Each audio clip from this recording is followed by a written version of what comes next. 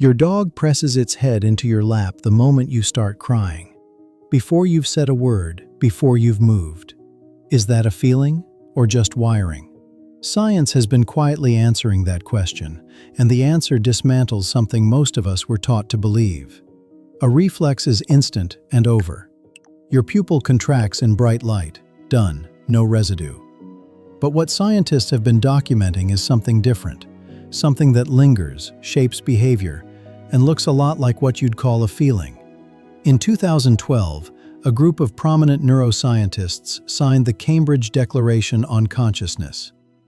What they formally acknowledged was this: the brain structures that generate emotional states in humans don't belong to humans alone. Mammals have them. Birds have them.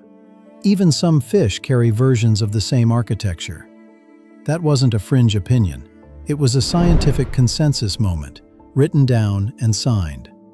When your brain generates fear or grief or warmth, it runs through a specific set of structures, regions that process felt experience, not just information. Those same regions exist in the animals we've been calling instinct-driven for decades.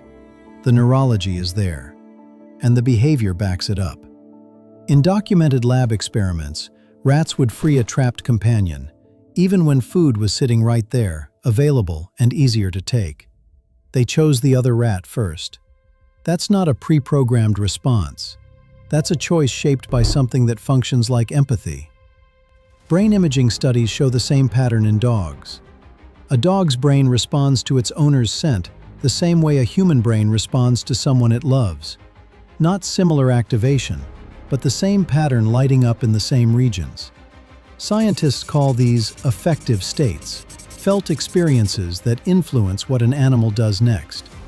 Not human-level consciousness, not language or self-reflection, just a genuine internal state that pushes behavior in a direction. That's what your dog was doing in your lap, and it holds for mammals. But the evidence gets stranger the further you move from the human family tree. Think about your own pet, or any animal you've spent real time around. Have you ever watched them do something that felt like more than wiring? Drop your answer in the comments below. Because what comes next takes this well beyond the animals we share our homes with.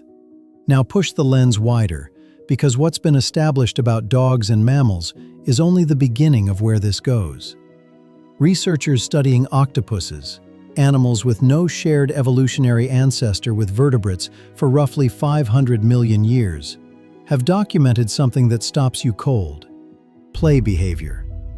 Octopuses push objects around with no survival purpose. No food reward, no threat response, no reproductive signal.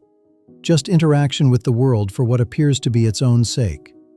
Play is one of the most reliable behavioral markers scientists use to identify positive emotional states.